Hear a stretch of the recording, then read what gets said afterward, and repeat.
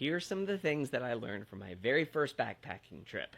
I did not need several of the things that I purchased, as you probably could have figured out from the video where I showed you all the things I bought. First, all the list said that I needed a tent footprint. I didn't actually fundamentally understand what a tent footprint is.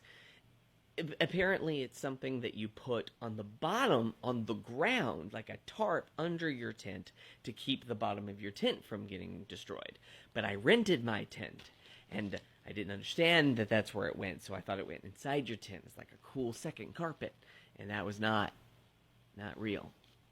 Rain jacket. Not because it wouldn't have been worthwhile, but because it did not rain, and it was 100 degrees outside. To be fair, I already owned one of these. This is the one I've had, and it burst before I started, but it actually wouldn't have been super helpful to have this. Water bottles that you can refill quickly from the river were more convenient. You just want to be able to grab it from your thing versus, continually trying to pull this out of your whole pack and refill it with water every time.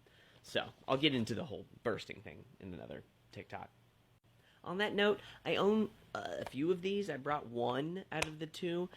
I used it a little bit. It was kind of cool to have. Didn't really need it. I mean, honestly, you only need a couple of 1-liter water bottles. I don't really think I need to explain why I didn't need this. I just didn't, and my friend had paracord with him, so. Having the quick drying towel was fine. I didn't need a huge one. I ended up drying mostly all on my own, just being in the heat. But it was kind of cool to have something to dry your pots on. Not quintessential to your hike, though.